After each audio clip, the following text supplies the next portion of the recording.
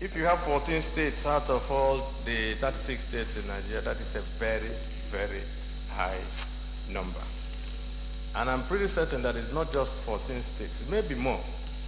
And what it means, especially for those that are underreported, I fully associate myself with what had earlier been said by my distinguished colleagues, especially the very, very salient point made by my dear colleague now, that we seem to, at this moment, be in a worse position that we were in the 60s. It's very unfortunate. I come from a place where the city of Aba, like all cities in Nigeria, used to have potable water and running water in pipes coming into every building. Today, there's none. So everybody has to be his own local government, providing water and ancillary things through boreholes. But the fact of the matter is that we see that there is a trend, and that is where the real problem lies now.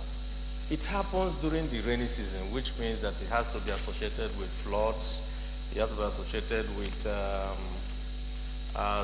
things that have to do in a particular season. That means that we should be able to anticipate these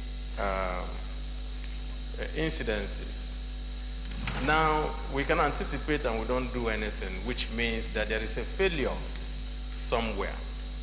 Now, where to locate this failure is where the real problem lies. Is it a failure of the local government health authorities? Or is it a failure of the state government health ministry? Or is it the federal ministry? Because at every point, both the federal ministry and the state ministry are forced to have to rush into particular areas, quarantine people from there, and then deal with the outcome of it. I think that essentially what is in this motion is that minimum health hygiene standards are not being met, and therefore we must be able to get those responsible to keep those minimum health standards to be there. There are so many countries in this world where there used to be perennial cholera. I think the country, it used to be India, Bangladesh,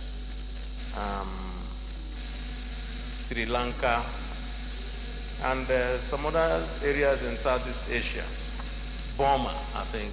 But now, I think they have eliminated it in India. I think the incidences that we have had recently internationally has only been in, I think, Bangladesh.